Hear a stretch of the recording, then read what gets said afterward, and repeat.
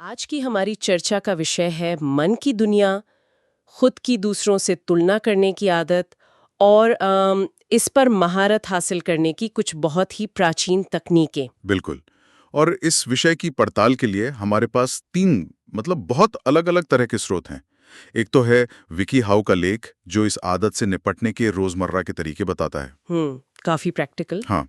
दूसरा है आचार्य प्रशांत की एक बातचीत जो मन के स्वभाव की यूं समझ लीजिए गहराई में उतरती है। और तीसरा ओशो की किताब विज्ञान भैरव तंत्र से कुछ अंश। अच्छा, जिसमें ध्यान की वो 112 प्राचीन विधियों का जिक्र है। वही। तो हमारा मकसद साफ है, हम इस उलझन को सुलझाएंगे कि हम अपने ही विचारों और तुलनाओं के जाल में कैसे फंस जाते हैं। और फिर इन स्रोतों की मदद से इससे बाहर निकलने के कुछ हैरान करने वाले लेकिन असरदार रास्ते खोजेंगे। चलिए शुरू करते हैं। तो सबसे पहले उस आदत की बात करते हैं जिससे शायद ही कोई बचा हो, अपनी तुलना दूसरों से करना। आज के सोशल मीडिया के दौर में तो ये और भी बहुत बढ़ गया है। विकी हाउ का लेख इसी पर बात करता है कि कैसे हम दूसरों की छुट्टियों की तस्वीरें, उनकी कामयाबियां देखकर अपने जीवन को कम आंकने लगते हैं। बिल्कुल, ये हमारे आत्मसम्मान पर एक सीधा हमला है। हाँ। और ये सिर्फ एक बुरी आदत नहीं है। हाँ। इसके पीछे एक गहरा मनोवैज्ञानिक कारण है जिसे स्रोत अहंकार पहचान या ईगो आइडेंटिटी कहते हैं। अहंकार पहचान, इसका क्या मतलब हुआ? मतलब हमारे पिछले अनुभव, हमारी सफलताएं, असफलताएं, ये सब मिलकर हमारे मन में एक पहचान बना देती हैं कि मैं ऐसा हूं। अच्छा। और जब हम किसी नई स्थिति में जाते हैं या किसी दूसरे व्यक्ति को देखते हैं तो हम अपनी उसी पुरानी पहचान के चश्मे से उसे देखते हैं। टकराव यहीं से शुरू होता है। मतलब हम असलियत को नहीं देख रहे होते बल्कि अपनी बनी बनाई पहचान और बिल्कुल, और असलियत के बीच के अंतर को देख रहे होते हैं। और इसी वजह से बेचैनी होती है। एग्जैक्टली। हाँ, और आचार्य प्रशांत इसी बात को एक कदम और आगे ले जाते हैं। वो कहते हैं कि हम सिर्फ मन का इस्तेमाल नहीं करते, हम मन के गुलाम बन चुके हैं। गुलाम? हम मन से इतने ज्यादा जुड़ गए हैं कि हम भूल ही गए हैं कि हम और हमारा मन दो अलग अलग चीजें हैं। हाँ, उनका उदाहरण बहुत सटीक है। हम ये नहीं कहते कि मेरे पेट को भूख लगी है, हम सीधे कहते हैं मुझे भूख लगी है। हाँ सही। पैर में चोट लगती है तो कहते हैं मुझे चोट लगी है। इसी तरह मन में कोई विचार आता है तो हम कहते हैं मैं ऐसा सोच रही हूँ या मैं दुखी हूँ। हम खुद को उस विचार से पूरी तरह जोड़ लेते हैं। और मन की प्रकृति तो देखिए कितनी चंचल है। जैसा कबीर ने सदियों पहले कहा था, मन के बहुतक रंग हैं, छिन छिन बदले सोए। एक पल में विचार आता है कि मुझे दान करना चाहिए, ये एक अच्छा विचार है। अगले ही पल नहीं नहीं ये पैसे मैं अपने लिए रख लूं, ये एक बुरा विचार। और फिर एक तीसरा विचार आता है जो इन दोनों को जज करता है। बिल्कुल, वो तीसरा विचार कहता है देखो दान करने वाला विचार कितना अच्छा है और लालच वाला कितना बुरा। हम इस अंदरूनी अदालत में जज, वकील और मुजरिम सब खुद ही बने रहते हैं। तो अगर मन से लड़ना भी मन का ही एक खेल है, क्योंकि लड़ने वाला भी तो मन का ही एक हिस्सा है, तो फिर रास्ता क्या है? विकी हाउ का लेख एक बहुत ही व्यवहारिक एक्शन ओरिएंटेड सलाह देता है कि दूसरों से नहीं, खुद से मुकाबला करें। अपनी प्रोग्रेस को अपने ही स्टैंडर्ड पर देखें। हाँ, ये एक अच्छी शुरुआत लगती है। ये एक अच्छी शुरुआत है, इसमें कोई शक नहीं। ये ध्यान को बाहर की दुनिया से हटाकर अंदर की ओर लाती है।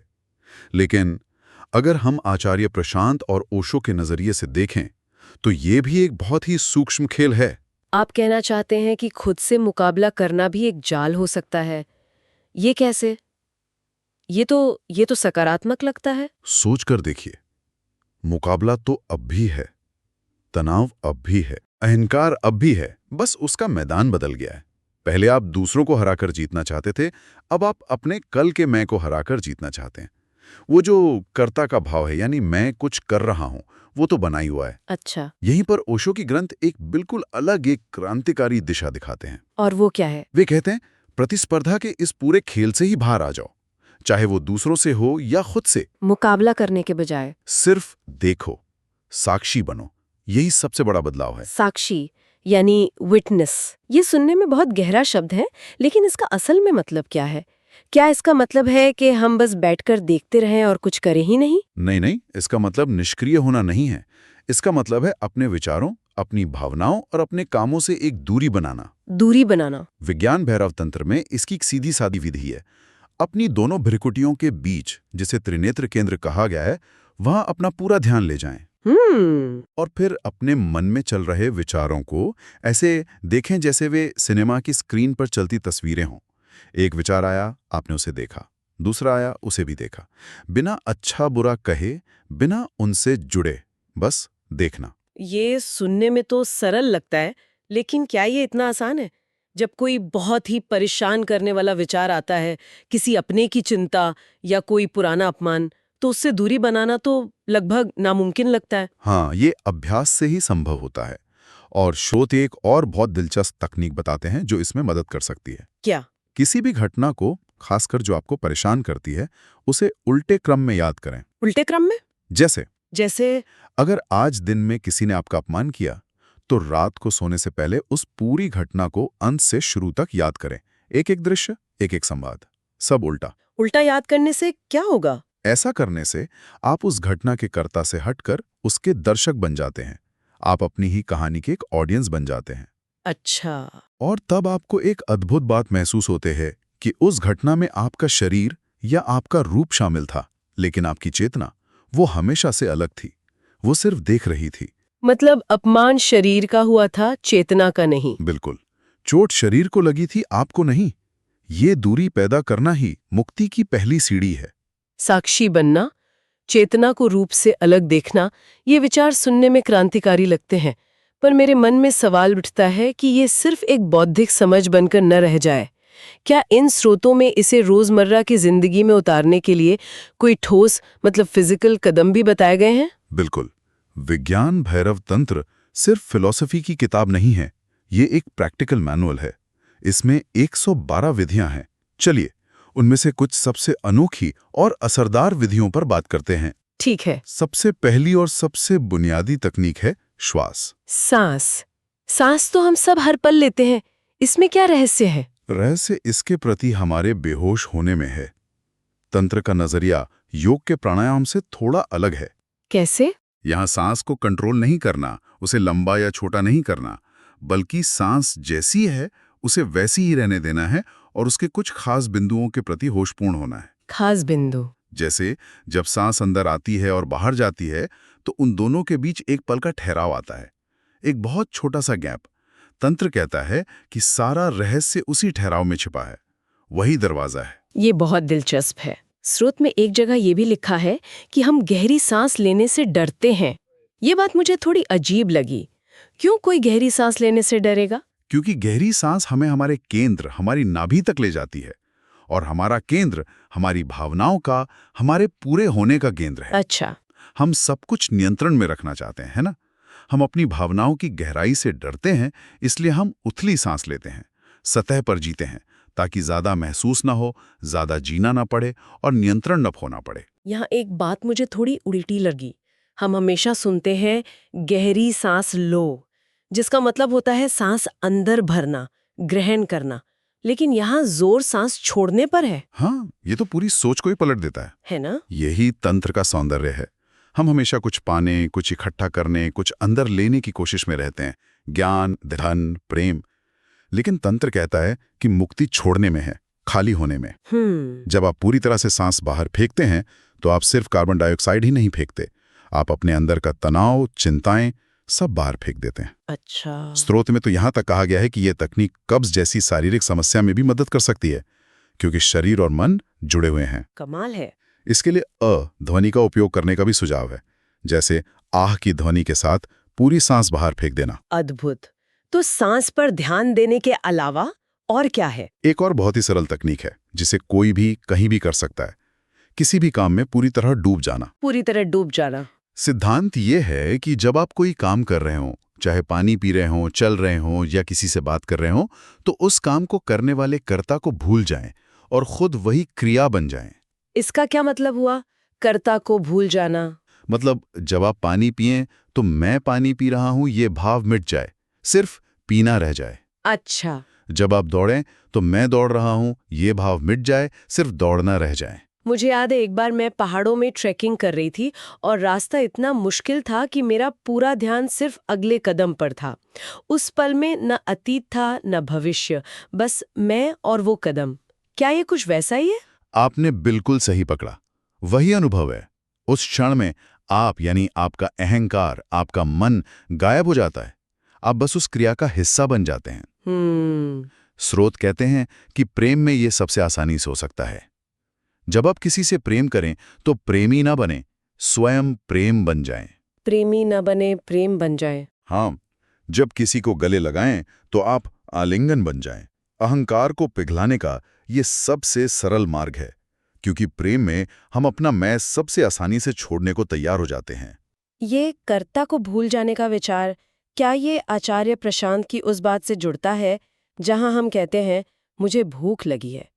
क्या कर्ता को भूल जाना उसी पहचान को तोड़ने का एक तरीका है? निश्चित रूप से ये उसी जड़ पर प्रहार है। जब मैं का भाव ही नहीं रहेगा तो तुलना किससे करेंगे, दुख किससे होगा? सही बात है। ये मन के गुलाम होने की स्थिति से मालिक होने की स्थिति की ओर एक छलांग है। इन स्रोतों में एक और तकनीक का जिक्र है जो मुझे सबसे ज्यादा अजीब लगी, वजन शून्य मन का विचार। ये सुनने में किसी साइंस फिक्शन फिल्म जैसा लगता है। क्या मन का भी कोई वजन होता है? भौतिक वजन तो नहीं, लेकिन मनोवैज्ञानिक वजन जरूर होता है। हर विचार का, हर भावना का एक बोझ होता है। जब आप चिंता में होते हैं तो क्या आपको भारीपन महसूस नहीं होता? हाँ, होता है। और जब आप खुश होते हैं तो हल्का महसूस नहीं करते? बिल्कुल। तंत्र कहता है कि अगर कोई व्यक्ति ये कल्पना कर सके, ये भाव कर सके कि उसका कोई वजन नहीं है, वो भारहीन है, तो वो तुरंत मन के पार जा सकता है। और इसे करने का कोई तरीका भी बताया गया है? हाँ, एक खास आसन जैसे सिद्धासन में बैठकर पहले शरीर का गुरुत्वाकर्षण केंद्र खोजने को कहा गया है। अच्छा। थोड़ा दाएं बाएं झुककर महसूस करें कि वजन कहाँ है, फिर उस केंद्र को खोजें जहां वजन सबसे कम महसूस होता है। वहां स्थिर होकर बस ये भाव करें कि मेरा कोई वजन नहीं है, मैं हवा की तरह हल्का हूं।